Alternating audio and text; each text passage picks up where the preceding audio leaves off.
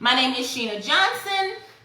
I am known as the 24-hour entrepreneur. I have been in transportation since about 2011. 2011 is when I started doing transportation, and I started in Milwaukee, Wisconsin, and then I came on back home in 2017 and started and continued with transportation, and then I really took advantage of the trucking industry. We started in Wisconsin, but we kind of brought it down to Texas. So there's a little bit about me. I am married to Joseph Johnson. We are co-owners of SBGTF Logistics. I have 3 sons. I also own mosquitoes. I also own a realty company where we house veterans, Army veterans, and also owner and founder of 24-hour entrepreneur. So that's a little bit about me and how long I've been in the transportation industry. So I've been in the transportation industry for about 10 years. I've been a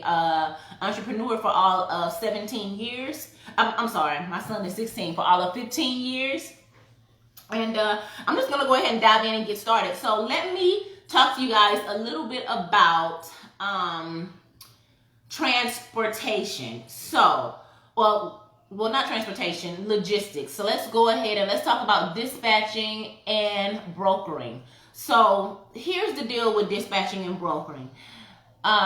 In October of 2011, there was a law that was passed, and the law that was passed was called the MAP 21 law. And in this MAP 21 law, brokers no longer could be able to hold a surety bond of $10,000. So before 2011, sorry you guys. So before 2011,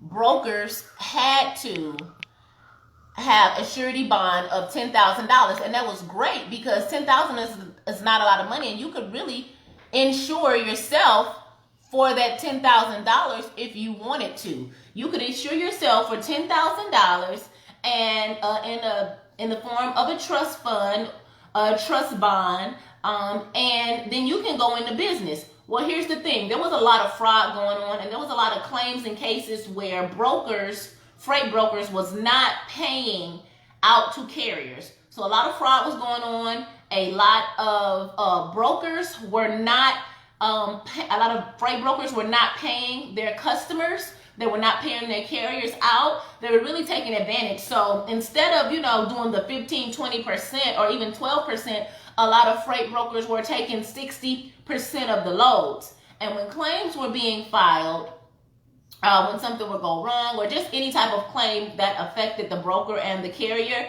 a lot of brokers were committing fraud and they were not paying out to their carriers. So in October of 2011, there was a law passed by Congress called the MAP 21. And with that MAP 21, it stated that in order to gain control of the fraud that was going on in the freight broker industry, you had to have a surety bond of $75,000. So now that's why when you become a freight broker, you have to have a surety bond of $75,000, simply because MAP 21 law passed by Congress in 2013. I'm sorry, I may have said 2011, but that's wrong. Not 2011, 2013. So in 2013, that law passed, and bam, now we have to have $75,000 surety bond. That is the bonds are a guarantee that you can pay your carriers. Okay, so that's a little bit of history of why the surety bond is no longer $10,000 but now $75,000. Now here's where dispatching became popular.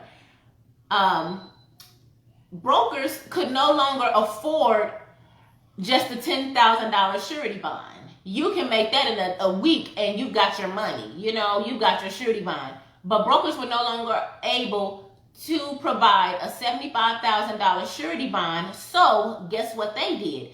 They decided to open a brokerage company. So now that's how you have large brokering companies. Like, brokering companies are sweeping the nation. They're popping up everywhere. And simply because brokers could no longer be able to have a $10,000 surety bond, they now have to have a $75,000 surety bond, and their credit was screwed, or they were not able to get funding for the $75,000, so they decided to start a brokering company, a dispatching company, simply because they had the contacts. People were still going to give them freight, and they still had to stay in business. So they started a dispatching company. So that's kind of where dispatching grew from brokering. However, dispatching and brokering are two totally different things. And I think that this needs to be explained, because we have a lot of teachers and a lot of people out here making it seem as if you can, brokering and dispatching is the same thing, and the dispatcher's role is the same as a broker, and it's not. So let's talk a little bit about freight brokers. So freight brokers work both with shippers and carriers. They are considered the middleman. Many freight brokers make money by negotiating rates with by negotiating rates with shippers. The difference between the rates, so they negotiate the rates with the shipper so that they can get a rate out to the carrier. So in saying that, the freight broker works for the shipper. The freight broker does not work for the carrier. Now, they work with the carrier, but the way the freight broker makes his money is by looking out for the shipper. So the difference between the rates where there starts to come a freight broker's commission is where the freight broker gets paid based on how much the shipper gives them the load for. So if I'm a freight broker, I'm going to buy a load from the shipper, or I'm going to get the load from the shipper, and me and the shipper, we make the negotiation. We make the deal on how much he's going to give me the loads for, how much he's going to give me the freight for. So once he gives me the load and the freight, it becomes mine. So it's just like maybe drop shipping, or if you're in sales, or in retail, I'm going to buy. My relationship with my shipper and with my provider is our relationship. If you give me something for a price, that's between you and I. This is how I make my money as the middleman. Then once I have that freight, then I in return make a deal, or I come up with a rate that I'm going to pay the carrier or the owner operator. And I'll break it down in an example later. So freight brokers are motivated to encourage, because I broke my notes, y'all, because I will get a little long-winded. Okay? Freight brokers are motivated to encourage shippers to pay high rates while offering carriers a low rate. If you do not have good negotiating skills and knowledge of pay rates for certain lanes, and know the operating costs for the shippers or for you when dealing with a freight broker, or while being a freight broker, it's easy for you as a carrier to accept loads for any price, because you don't know what are good prices to go for. So when you are a carrier, it's good to know about the industry. It's good to know about the rates. It's good to know how much it's going to cost you to move that freight. That way, when you're negotiating with the broker, you can come down with the best price. And this is for carriers and for dispatchers. You have to know what good rates are. You have to know how much it's going to cost you to make a good amount. You have to know how much it's going to cost your driver to pay for his gas and to pay for his overhead, which is his insurance and everything else. So in order to have kind of a sense of how much money your driver needs to make, that helps you to be able to negotiate with the freight broker, because the freight broker is going to try to give you the load for as cheap as possible. Now, they have good freight brokers out there. I'm not saying all freight brokers are trying to give you cheap freight. However, there are a lot of freight brokers that will. Now, it's good to have a good relationship with the freight broker, because then they'll look out for you in the long run. They want to make money, you want to make money, and you come up with a price that works good. And you have to have good negotiating skills, because if you don't, you will be taking freight for super cheap. So that's a little bit about the freight broker, how they make their money and what they actually do. A freight broker holds a BOC3, which is a blanket of coverage. The freight broker has to have a BOC3 as well as a freight forwarder and a carrier. Dispatchers, you do not have to have any of that, because you're just providing the service, and you're working with the freight broker. You are not a freight broker. You are working with the freight broker. 9 times out of 10, the freight broker does work only with the shipper. That's not to say that a dispatch cannot work with the shipper. But a lot of dispatchers come into the game believing, I need shippers. Where's the shippers? Let me get a shipper. How do I get shippers? A lot of shippers are very strict. Now, I'm not saying this to say that you can't get a shipper, because as a dispatch, you can land a shipper. However, a lot of shippers will only work with a freight broker simply because they trust that freight broker. They have their credit rating. They can look up the history of this broker's business. They can go online and they can take a look at this freight broker's business. They can check out and see if this freight broker is active. They can see if this freight broker pays on time. They can do a background search upon this freight broker that they cannot do on a dispatcher. So a lot of shippers have respect for freight brokers simply because they have the qualifications.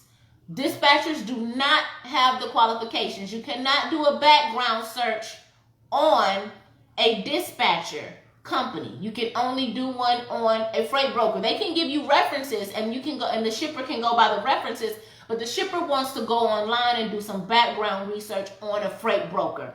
And so that's also where the distinguishment comes from, because the freight broker has the qualifications. Freight brokers and shippers tend to work only with freight brokers. I'm not saying this to say that shippers don't work with dispatchers. They do work with dispatchers. However, you want to make sure that you're doing everything you can to impress this shipper, because if your ducks are not in a row and you're not coming hard as a broker would come with their business packet to a shipper, they will not deal with you. I'm not saying, and I want to do this disclaimer again, because I don't want people out there saying, oh, this lady said on Facebook and Instagram that dispatchers can't get shippers. Dispatchers can get shippers. However, it's more likely for a shipper to work with a freight broker because of the qualifications that the freight broker has and that they can show and prove and do a background search on them. I'll talk about where you can do a background search. So let's just jump into an example of a freight broker before I go into dispatch. So say I am I'm Yard Shippers. So I'm Yard Shippers, and Yard Shippers has an open load, and I reach out to a broker. So Yard Shipper reaches out to me as the broker. So Yard Shipper reaches out to me as the broker, and they say, I have this open load. I need, someone to transport it. Do you have a carrier, or are you able to take this load? I want to sell you, I want to sell you this freight. I need to get it moved. What do you have? So it is my job as the broker to find the shipper a carrier. It's my job to find him a carrier. So I said, okay, great. I have a couple carriers. I can take care of it. So I negotiate as a broker. I negotiate with Yard Express to transport their lumber and wood. So I go into contract and send them my information to get the open load. So they give me the open load. So let's see. I have to find the carrier. So I go into an agreement, and they say, okay, this open load is going to pay $2,000. And I say, okay, great. this is $2,000. I'll take the load. I got a carrier, and we're gonna do the load for $2,000.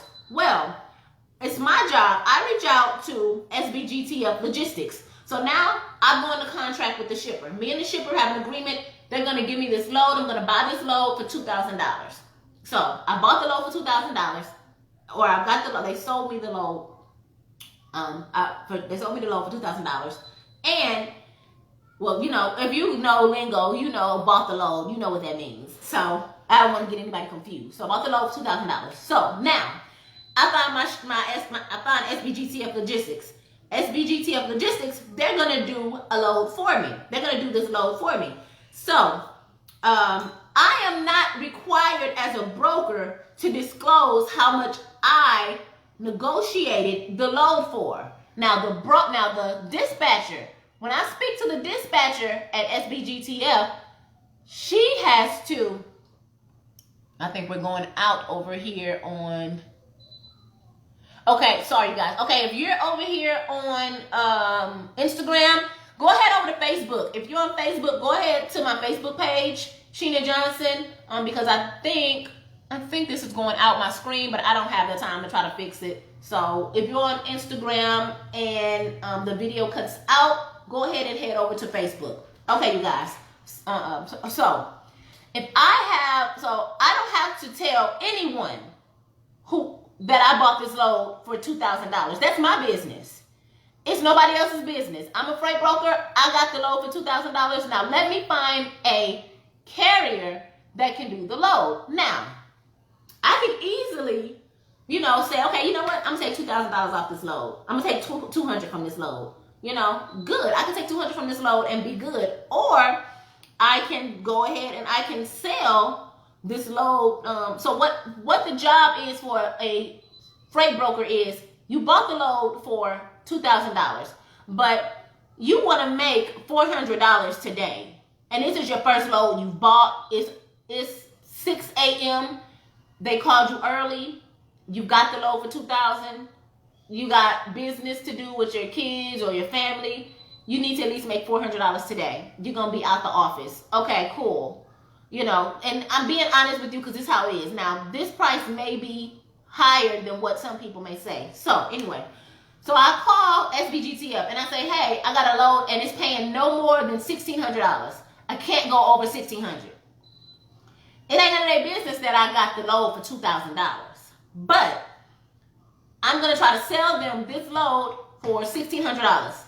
So if I have a dispatcher who doesn't really know about the rates and not really sure, but they figure, okay, $1,600, I can do that, then they say, okay, cool, I'll take the $600.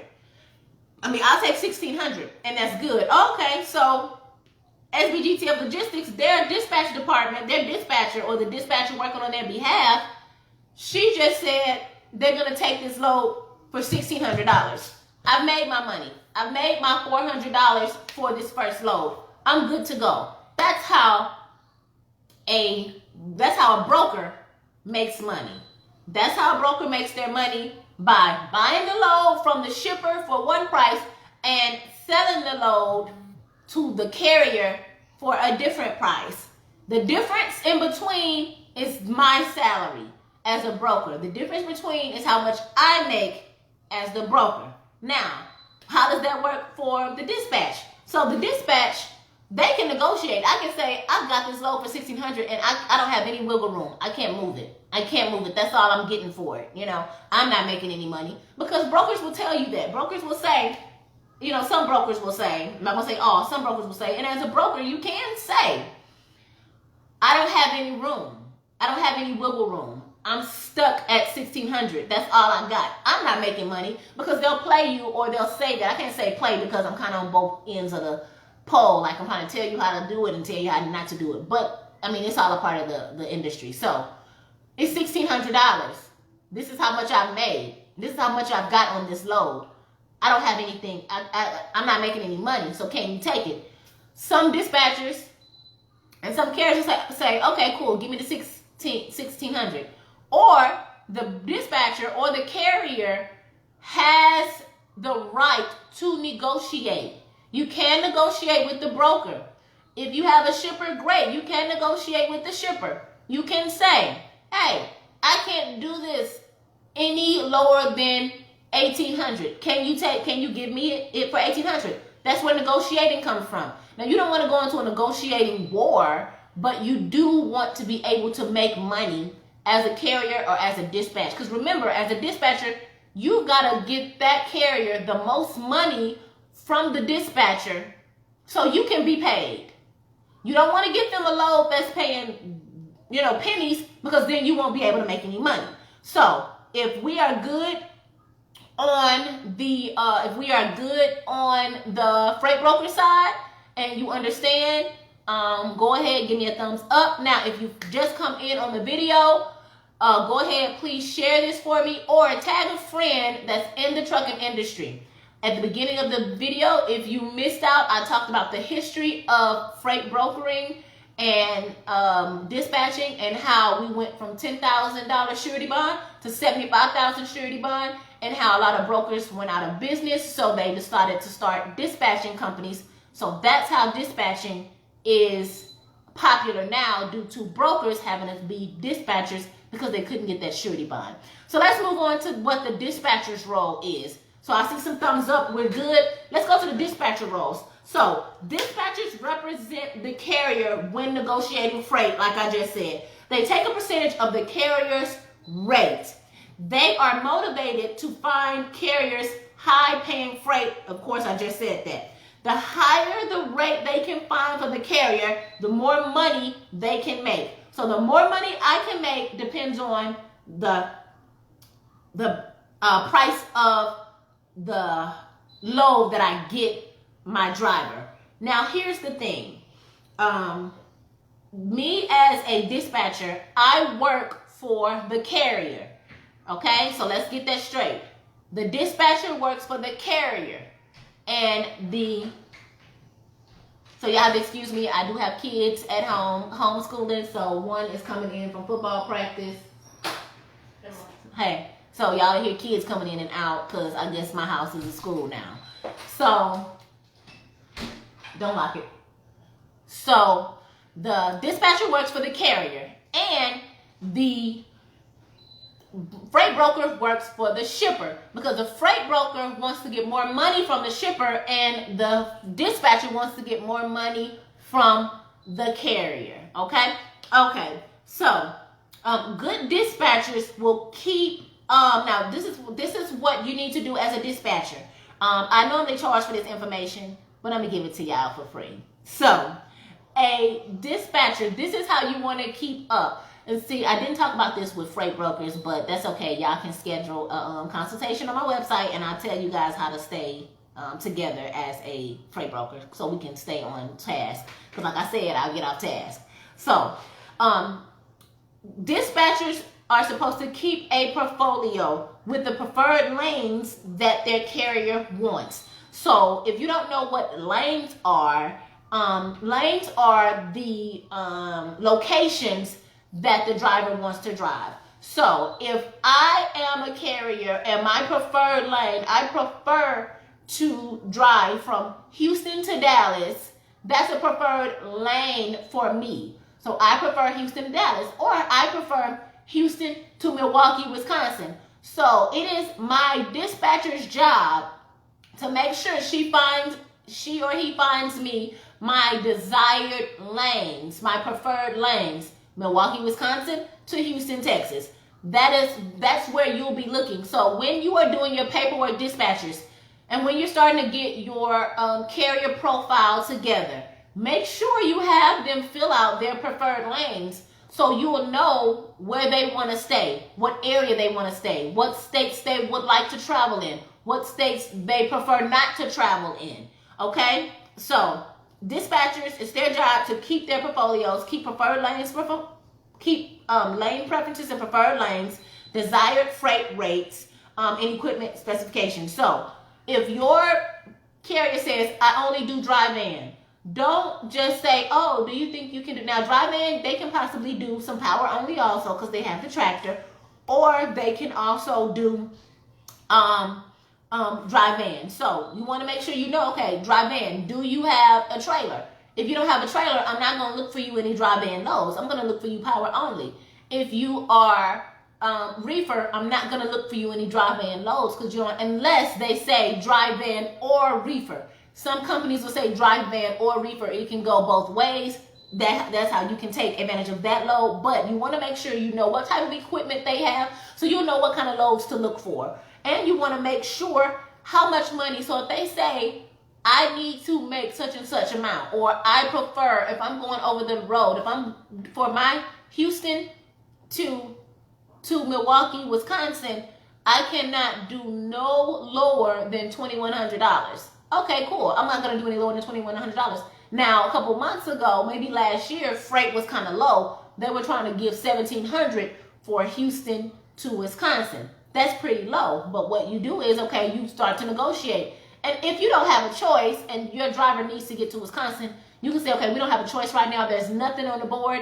If your driver say, okay, I'll take the 17, but I gotta, we need to work out something. Maybe if I get 17 to Chicago, and then when I get from Chicago to Wisconsin, I need to make at least $600. That way it makes up the money amount of how much they need to make to get to the Midwest from the South.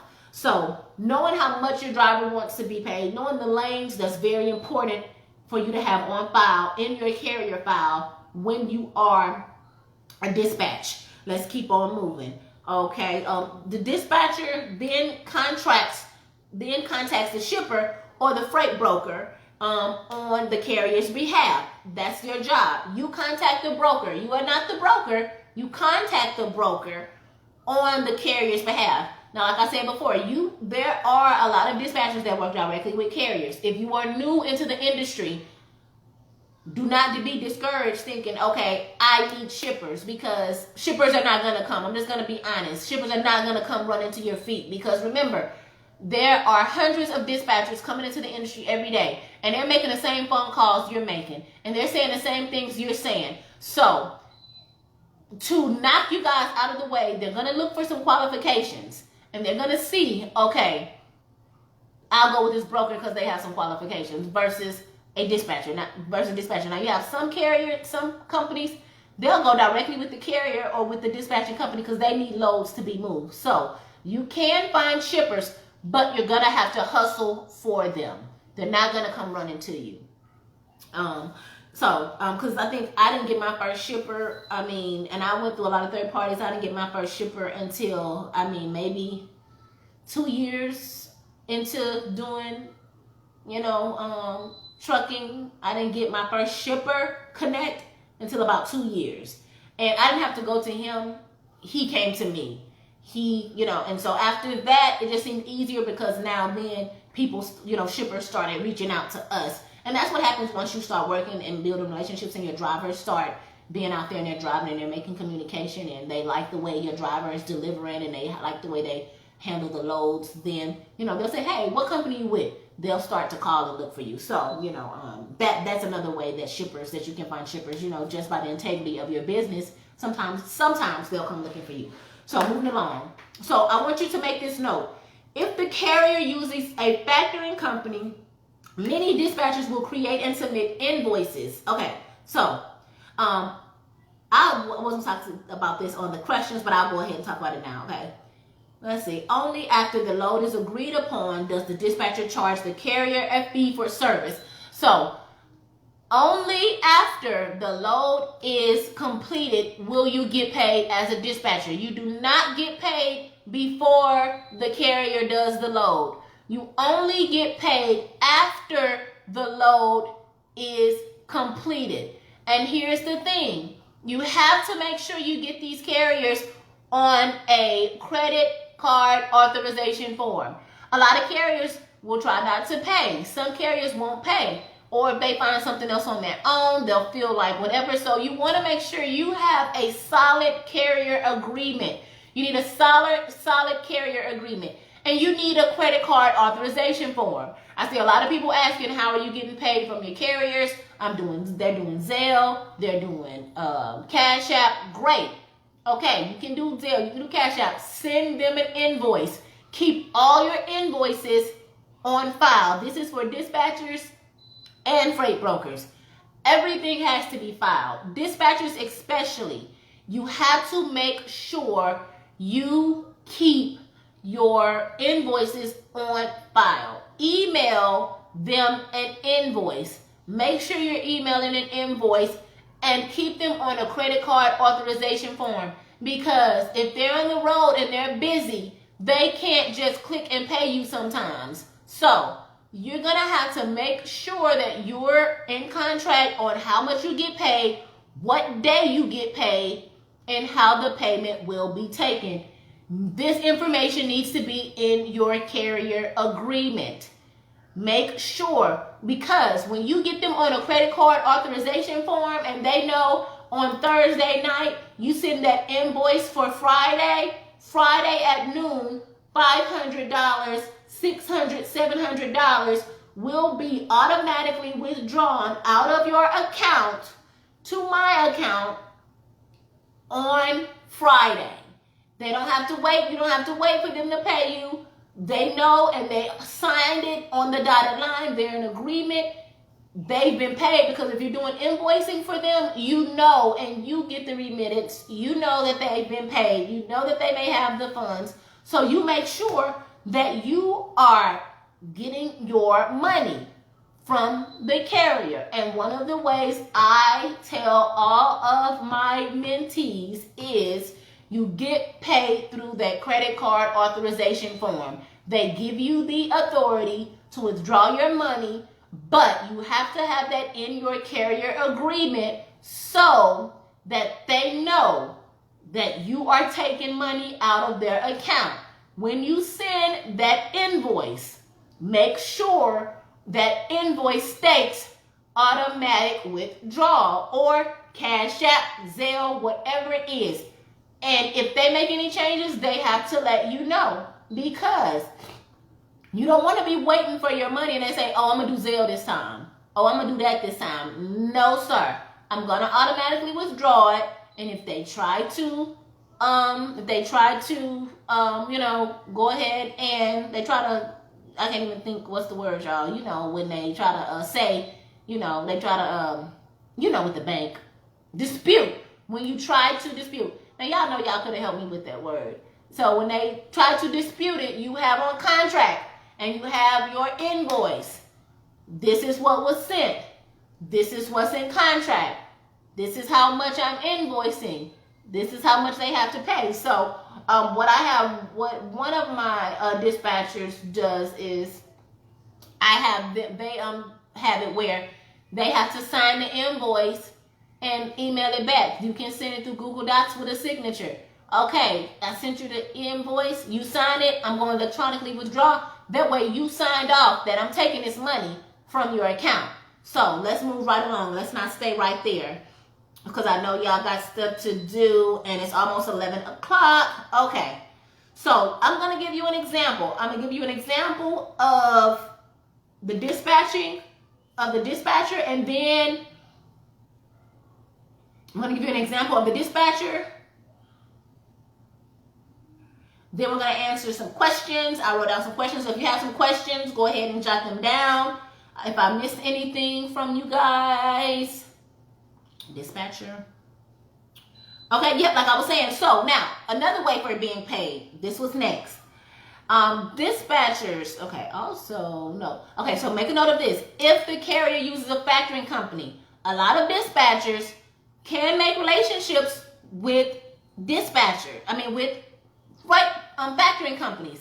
That's a good way for you to also make sure you get your money and that your company gets paid. Because if the company if the broker pays or offers quick pay, the broker's taking another amount off. So if I'm a broker and I'm going to charge you quick pay, then I'm going to take another fee. So not only am I charging you $1,600 for the load, I'm going to pay you $1,600. You're going to get quick pay. I'm going to pay you in 2 days, and that's another 2%. You get less, and then your dispatcher takes from that money too. So you can go through factoring companies. Now I'll explain what I just said. So if the carrier uses factoring, many dispatchers will create and submit invoices to the factoring companies on the carrier's behalf. All dispatchers are not created equal, okay? Now, some be on their game, some be trying to put it together. But just know that you can do that if your company has a factoring company and you contact that factoring company on their behalf and let them know your fees and your rates. You can invoice and be paid from the factoring company. Not all will do it, but some will, and it doesn't hurt to try. All they can do is say, no, we don't provide that service, and you can keep it moving. Okay. Let's see. Additional fees and or make you book a monthly minimum. Okay, yeah. So they may make you book a monthly minimum in order to pay straight to you. That's the factoring company. So be sure to ask these questions when hiring or when working with your dispatcher or when working with your carrier, and make sure they're always signing the contracts. Always signing the contracts, and always, you don't want to give anybody a load before they sign a contract. I don't care if the load is to pick up in 2 hours. I'm not giving you this load until you sign this contract. Ain't no I'll sign it later. Let me just get the load. Always take care of business first. So let's go with the example. So the shipper agreed for $2,000, and they're going to give it to me for $6,000 on the load. So I negotiated that I'm going to pay $1,600 for this load. So to negotiate for this load, I can negotiate $1,800, like I said, or $1,700. That's how you can kind of make your money. The broker still makes the money, but if I got this load for $1,600, let's just go with the $1,600 mark. If I got this load for $1,600, then how much are you going to be paying your driver? So let's see. So what are some rates that you guys are charging? Let me know some rates that you guys are charging. So if the load is $1,600 and I'm paying and I'm getting 10% of the load, then I'm getting $160 from that load as a dispatch. So I'm getting $160 from that load as a dispatch. Now, when you get these loads from these shippers, you want to see how from the shippers or the broker, you want to see how long do they pay. That's the first question you want to ask. After you ask how much the load weighs, how much the load pays, you want to ask, how long do you pay out? Before you even go into contract with a broker or with a shipper or with a third-party company, you want to see how long they pay out. Outside?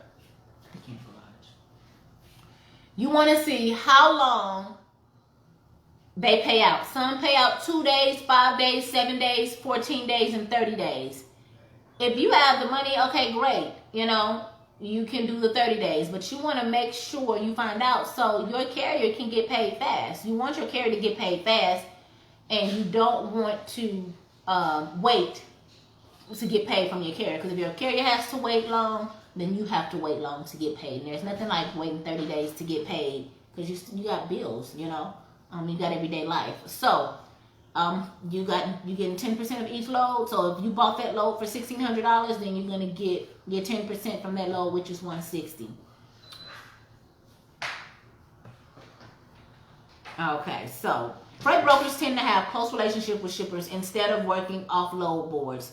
They are convenient to use. However, they make money by offering carriers the lowest rates. That's how you're gonna make your money. Their goal is to find a balance between offering carriers low rates while also enticing carriers, taking loads directly from them. Some brokers are better to work with than others. Like I said, some brokers, they'll work with you. They want to make money and they want to see you They want to see you make money. So it's good to find a good broker that you can trust, and it's good to be a broker that people can trust. You don't want to be known as a broker that has high fees and never has good lows. Because if you pay your carriers and your dispatchers, if you pay your companies good, they'll run good for you. And that's the same. If you are continuing to get your drivers good loads, they're going to stay with you versus jumping from dispatch to dispatch, and they're going to pay you good.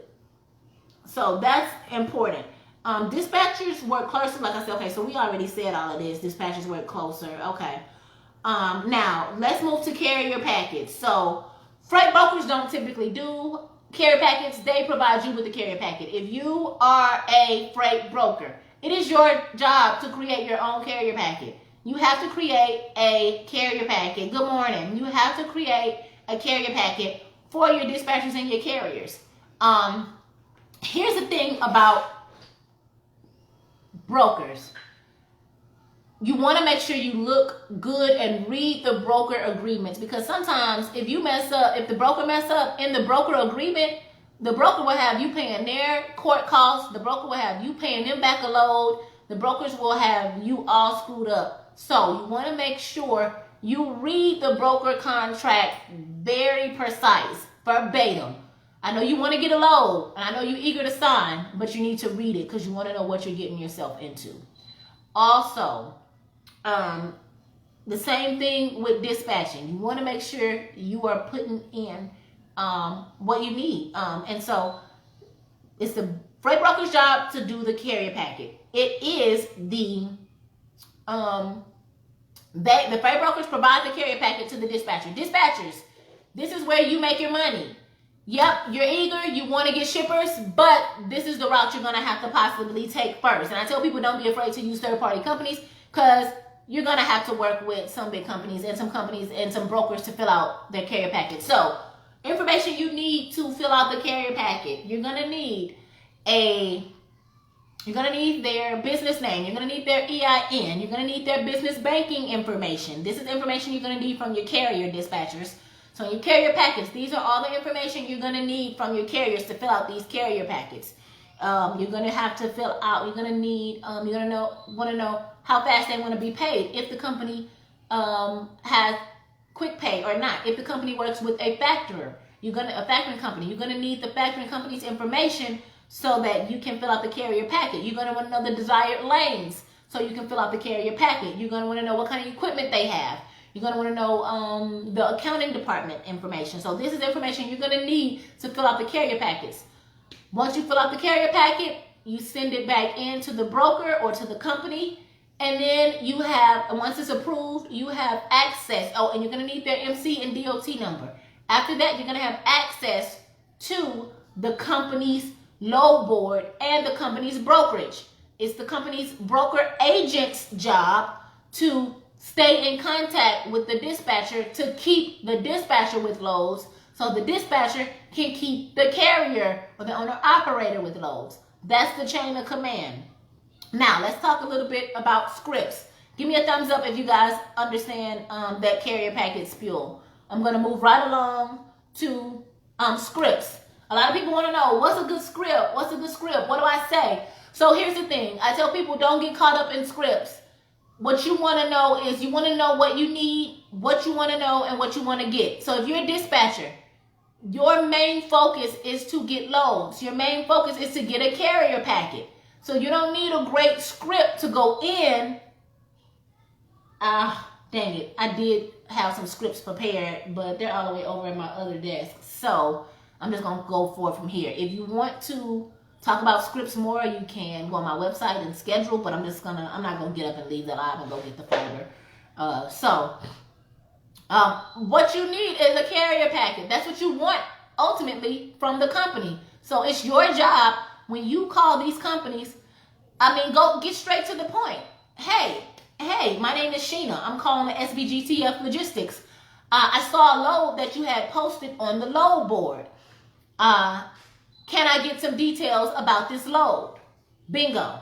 Hey, then they'll say, oh, what load is it? Do you have a load number? Okay. I see online the load number is PR1257D. Good. Here's the load information.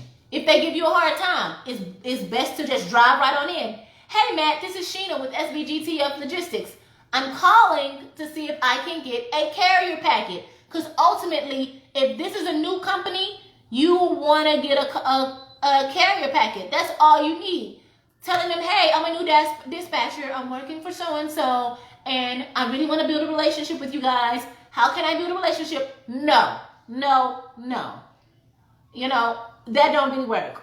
You know what I'm saying? I mean, it does, but it doesn't. You want dispatchers, not dispatchers, freight brokers and shippers, they get calls every day. Outside of the people that they already work with, they get dispatching calls. So, you want to get straight to the point. Hey Blake, this is Sheena. I'm calling to see if I can get a carrier packet. What's your MC? One of the first questions they're going to ask is, what's your MC? If you don't have an MC, you're going to have to play it off. If you got an MC, that's great. My MC is 1, 2, 3, 4, 5, 6, 7. Good. Let me pull you up. Now, what's going to happen is when you ask for that carrier packet, or when you ask about a load, or when you say, hey, my name is Sheena, I'm calling. I want to see, I'm calling to see if you have some freight in the Houston area. That's another good way to go in. Hey, this is so-and-so. I'm looking for some freight in the Houston area. What you got in the Houston area? Talk to them like you know them. Don't go in with such a, hey, this is so-and-so. I'm calling for this and that. No. Talk to them like you know them. Talk to them like you know what you want. You want a carrier packet. You want a load. That's where you go. That's where you drive in. All that other small talk, it's great. You can try it, but I'm guaranteeing you. Try it today, later today or tomorrow. Let me know how it went for you. All you need to do, you're going in for what you want. So, hey, they're going to ask for the MC number. Give them the MC number. What happens when you give them the MC number? So they go and they look up your company. They look up your company on the Safer website. So it's safer.fmcsa.dot, I believe. But if not, safer.fmcsa. Look that up. You can look up any company, any broker. You can look up your company. You can see what it says. This website is what insurance companies use. Brokers use. Brokers, they look up carriers, so they ask for your MC, they're going to pull it up on the Safer. So insurance companies, brokers, dispatchers, if you're looking to work with carriers and you want to know if they got a good history, look at their Safer. Look at their information on the Safer website. Who else looks this up? Anybody that's trying to research your company, shippers. Anybody that wants to know about your company, or if you want to know what is said online, federally, filed with the FMCSA, look up your company on the Safer website. So that's what they're going to do. You're going to give them the MC. They're going to look it up. Once they look up your information, that's how they determine if they want to work with you. Some companies will say, I'm sorry, you've had too many violations. We can't work with you. Maybe call us back in 6 months. Some companies may say, you're a new company.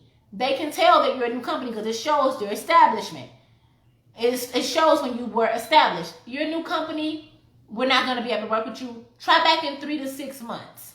Okay, cool. Some companies will say, oh, okay, good, thanks, great. Now, if your information is in the RMIS system, you may already be ready. So all they'll say is, oh, great, I see your information. I'll send you a link. You click that link. Bingo, bingo, bingo. Information is done. It's an electronic carrier packet, and you're good to go with that company. They'll assign you a broker agent, and you'll get going. You'll have access. You can say, hey, okay, once I'm set up in your company, once I'm set up as a carrier for your company, can you sign me up for your email list if you send out an email every week? A lot of companies send out an email on Thursdays and Fridays. Thursdays is when a lot of companies get their freight. Thursdays and Fridays is when they'll send over the email blast. Or maybe Sundays or Mondays sometimes they'll send all the freight that is not dedicated or not the freight that belongs to somebody. So the ultimate goal as a carrier and a dispatcher, you want to get something dedicated. But I'm not here to talk about dedicated. I got to stay focused. So if you want to know more about dedicated freight, we'll talk about that later. So we covered scripts. We covered carrier packets. Let's get into some of these questions. So if you have any questions, ask them in the comments. If not, we're going to go with some of the questions I've gotten in my inbox and I haven't been able to answer. Can dispatchers work with factoring companies? Yes, I just said that. Dispatchers can work with factoring companies. Not all factoring companies, but they can work with some factoring companies. And they can even provide a factoring service too, depending on how much money they have and if they want to go into business or go be partners with the factoring company. So absolutely, yes. Dispatchers can work with factoring companies. If you failed a drug screening, what happens, or can you start a trucking company? Absolutely. So let me tell you what happens when you fail a drug screening. When you do your driver, when you hire your drivers, they have to do a pre-employment drug screening test. If they refuse or fail the drug screening test and they walk out, it is marked as a refusal or it is marked as a failed test. A lot of times the company will give you a second chance. They'll say, okay, you failed it or you refused, you failed it. But if you're a refusal, then that's it. But if you failed it, they'll say, you can take another test. But someone has to be in the room with you. Someone has to watch you take the test. If you don't want to do that and you fail it again, or if you do it and pass it, good. You're good to go. But if you fail it again, or if you refuse for someone to be in the room with you, the company that you do the testing with, they will call the company that you work for. They will call the carrier. They will tell them that you refused or you failed the test. They immediately put it in the system. They're not worried. They putting your information in the system as a failed or refusal. Now with the Drug and Alcohol Clearinghouse, I do not as a carrier or as a company have to file that you refuse, because they're going to also contact your Drug and Alcohol Consortium. When they contact that company's Drug and Alcohol Consortium, it's filed with the Drug and Alcohol Consortium that you failed a drug test.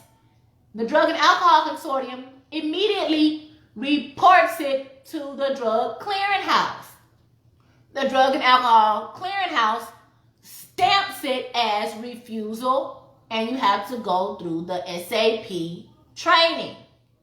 So, when that driver goes to become a driver, now carriers have to pull driver's information when they're doing hiring.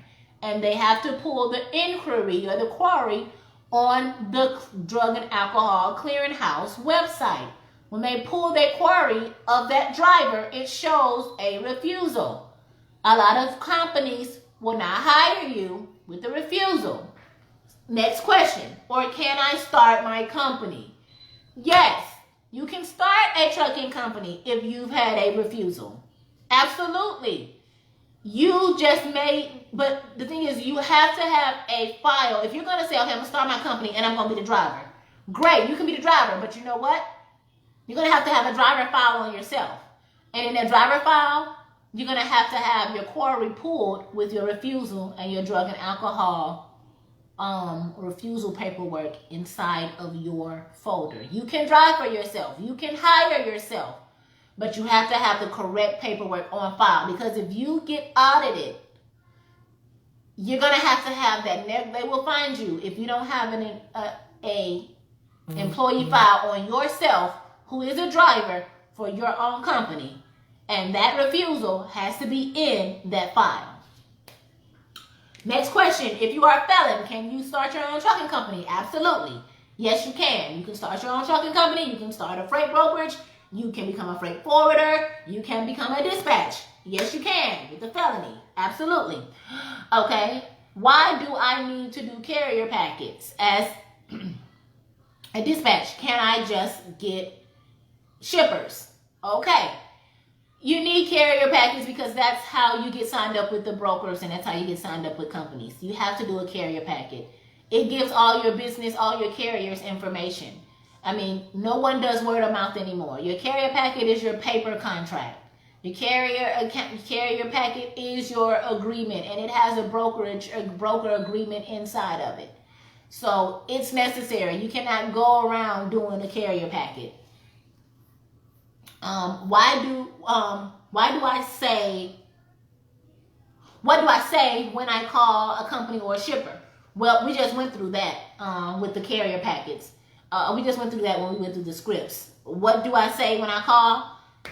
What is it that you need when you call? So before you call, you need to know what you want when you call this person, what you need, and when you need it.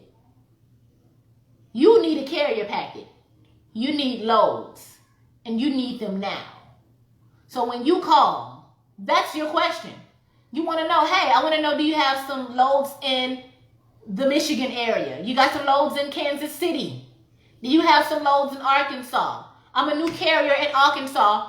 I'm not a carrier with your company. Do you have a carrier packet you can send me? I'd like to start moving some freight for you. Another good one is, do you have any problems moving freight in the Kansas City area or in the Houston, Texas area or in Conroe, Texas? You know, I see a load on the load board. I see that you posted a load on the load board this morning. Is it still available? I mean, you don't got to do a whole informal who you are or why you calling. You can just call and say, hey, this is Sheena. I see you got a load on the load board. Oh, what load you talking about? 1, 2, 3, 4, 5. Oh, okay, yep, it's taken. Oh, okay, so when they say, is it taken? Then your next response is, and you have to be aggressive. If you're not aggressive, baby, this is not for you. Because they'll tell you no in a heartbeat and hang up in your face. You got to be aggressive. You know, write down names. That's another way. When I first started and making 100 calls a day, I would write down names. So if they didn't have any freight or they couldn't help me, I'll write down their name and say, hey, okay, what's your name again? Okay, Chad. So when I tried in 3 more days, hey, Chad, this is Sheena. You may not remember me, but we talked about 2 days ago. You still got some freight in Milwaukee? He may not even know what you're talking about, but that don't matter. He don't have to know what you're talking about. All you got to do is say, hey, we talked about 3 days ago. You still got that freight in Los Angeles? No, I don't think I have any freight in Los Angeles. What do you have? What do you have, Chad? I'm trying to get these trucks moving, Chad. What you got? Act like you know them. Act like you know what you're trying to get. No, we don't have nothing today. Okay, Chad, put me on your list of carriers to call. If you get something, call me. You know? Okay.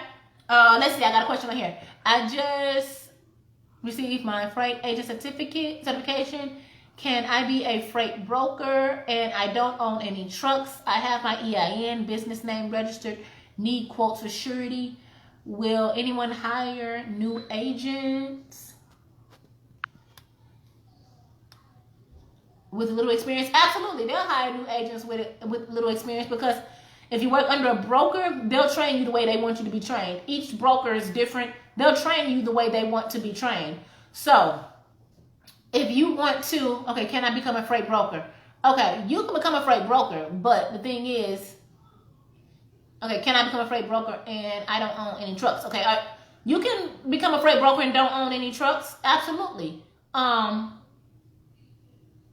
The thing is, freight brokers can't really own trucks anyway. I mean, they can own trucks, but it has to be under a totally different MC number. So if you a freight broker, thank you. Okay, I don't know if he's gonna answer your question, but a lot of people say, "Oh, I got my MC. I'm a broker and a carrier." No, you're not. A carrier has a DOT and MC number, and a broker has a DOT and MC number. They not the same. They both different. They not the same. You can become a freight broker. You know, go to my website, sign up for a consultation, and I'll go over the qualifications for becoming a freight broker with you. It's pretty simple. You just need, it's about 3 to 4 steps to become a freight broker. But if you want to become a freight agent, there are companies that will hire you with little experience. And there are some companies, I can't think of the name of it. Give me by the end of today, I'll post it on my page. There's a company that looks for freight agents, and all you need is your LLC, your EIN, and they'll give you trucks to run and everything. You just have to find the loads, and they will hire you as a freight agent. But they'll pay you like as a contractor. I can't remember the name of the company, but if you guys give me by the end of the day, and when I say end of the day, I mean like tonight, to find that information and post it for you. So yeah, you can definitely do that. I have my EIN. That's great. Okay, that's good. You have your business name registered. And then get your quotes for your surety. Have you applied? Okay, so I see you say you got your freight agent certification, but have you applied for your MC and DOT number on the FMCSA's website? Because freight brokers, they have to have a broker authority. So let me know that if you got your broker authority already. And so if you got your broker authority already, then I'll let you know the next 2 steps. So let's keep moving because we almost out of time, you guys. Let me go over the rest of these questions. What do I say when I call a shipper? Okay, can I get a shipper as a dispatcher? Absolutely. Absolutely. You can get a shipper as a dispatcher, but I would not jump into the industry trying to get all shippers. No. Go in and find some brokers. Find some brokers to work with. That'll get your trucks moving fast, and that'll get you paid faster versus trying to work with some shippers, because a lot of shippers, they want to be able to look you up, and they can't look you up as a dispatcher. Now, I'm not, like I said before, if you want to know what I'm actually saying, go back to the beginning of the video and watch what I said about brokers and shippers and dispatchers. Dispatchers can definitely land a shipper. However, I wouldn't just say I need a shipper and that's it. I can't get no shippers. I can't do it. No. Your job is to work with brokers. You know, that's the broker's job is to work with a shipper. Your job is to work with a broker. Can you work with a shipper? Absolutely. Oh, shoot. Okay, no, I never applied. Okay, yeah. So if you want to be a broker, if you want to be a freight broker, you're going to have to apply for your broker authority. That's $300. Okay, let's see what the next question is. What do I do now that I have my MC and DOT? Okay, so this is the last question. If you have any more questions, jot them down. If not, catch us on the replay.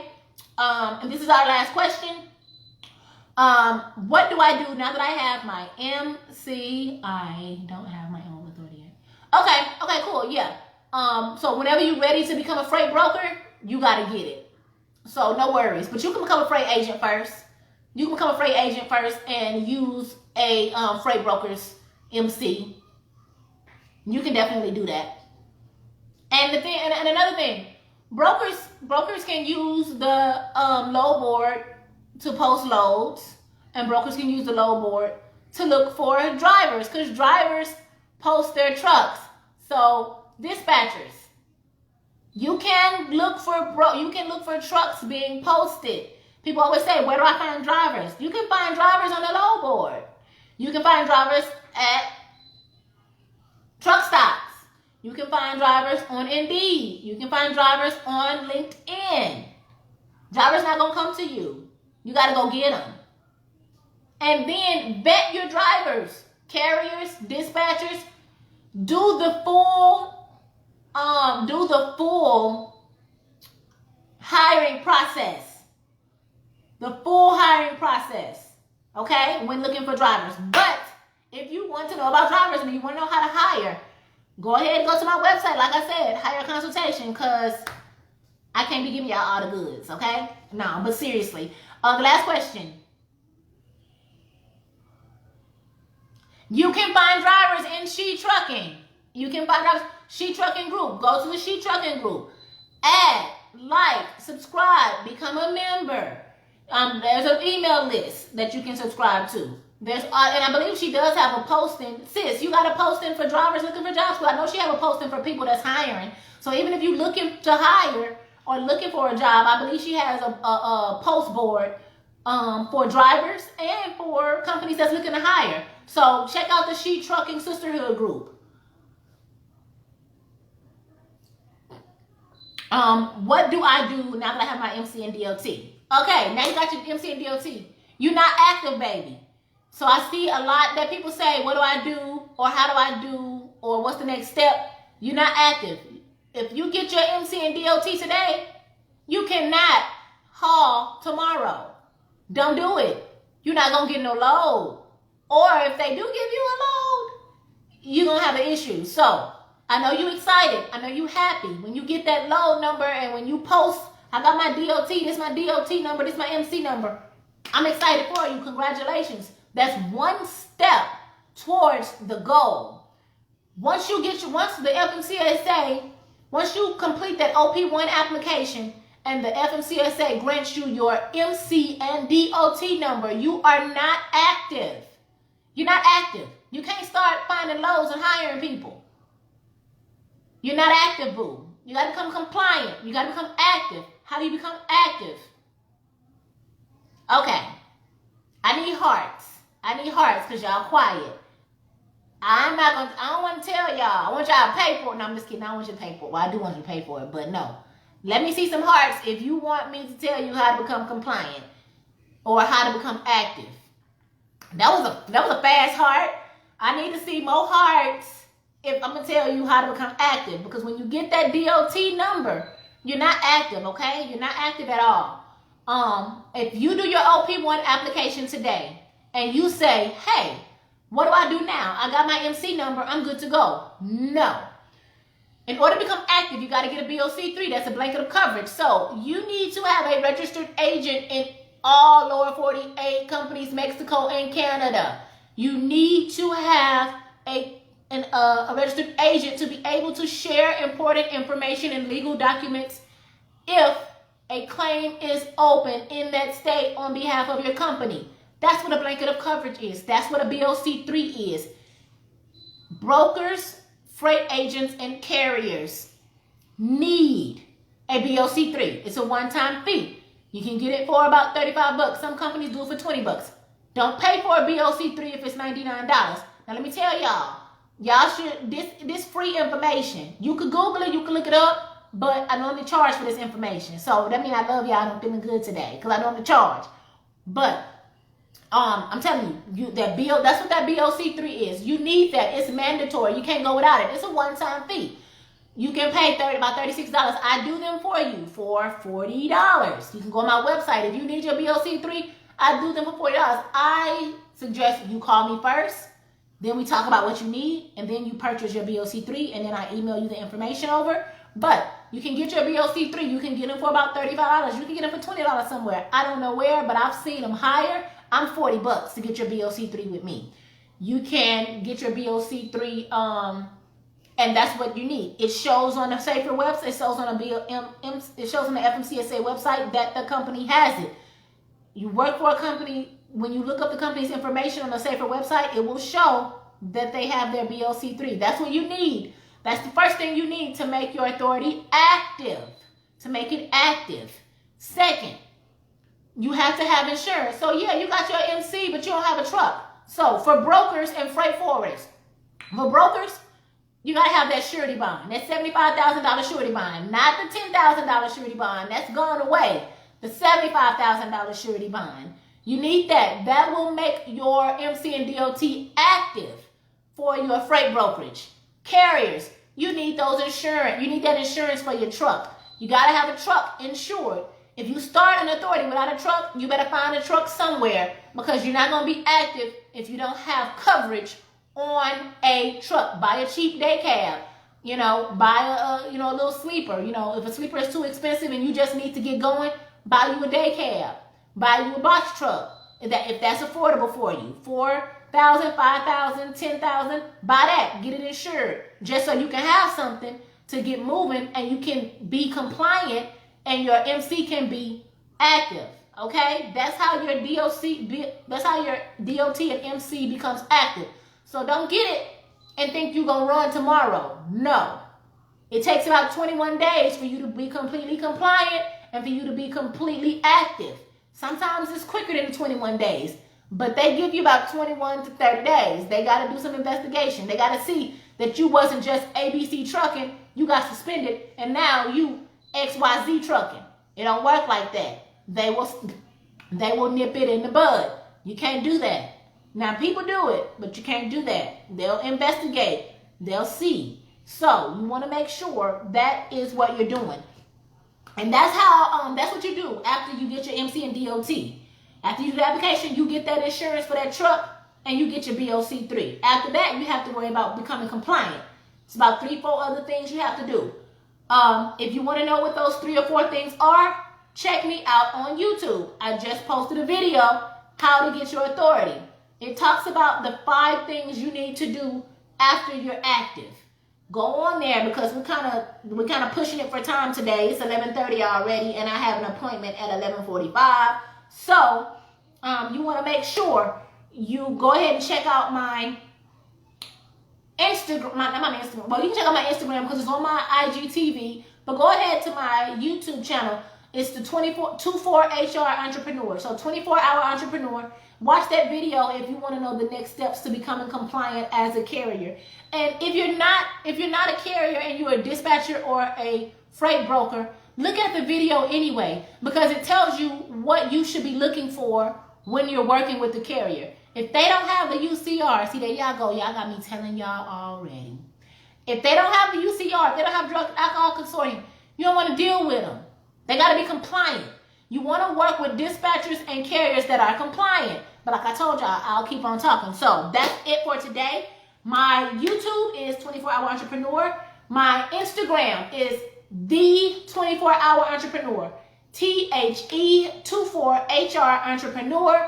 Go ahead and like me on Instagram. I give you a lot of good free nuggets on Instagram and on my IG Live. Check out my website. If you want to schedule a personal consultation, your first consultation is a 30-minute consultation. It's free. After that, you got to pay for it. But 30 minutes for free, you can schedule that on my website at www.24hourentrepreneur.com. If you would like a copy of my book, my book is not Transportation 101. That is still in the works. But I wrote a book called The Christian Entrepreneur. Right now, The Christian Entrepreneur is on sale. Well, it's not on sale, but you receive a free 2021 calendar when you purchase The Christian Entrepreneur. So you can get that on my website at www.24hourentrepreneur.com. When you purchase the book, you get a free 2021 calendar. And just check out the website. I give some good information about your authority. I give some good information about the new laws that are being passed and changed that will change owner-operators who are independent contractors forever. So I try to make sure I educate you. I'm all about education, inspiration, and transportation. Thank you guys for tuning in to my live Understanding Logistics. I hope it was helpful and you were able to get some information.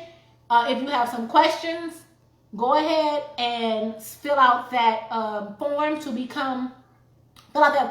do a consultation. Write your questions down, and you can meet with me personally.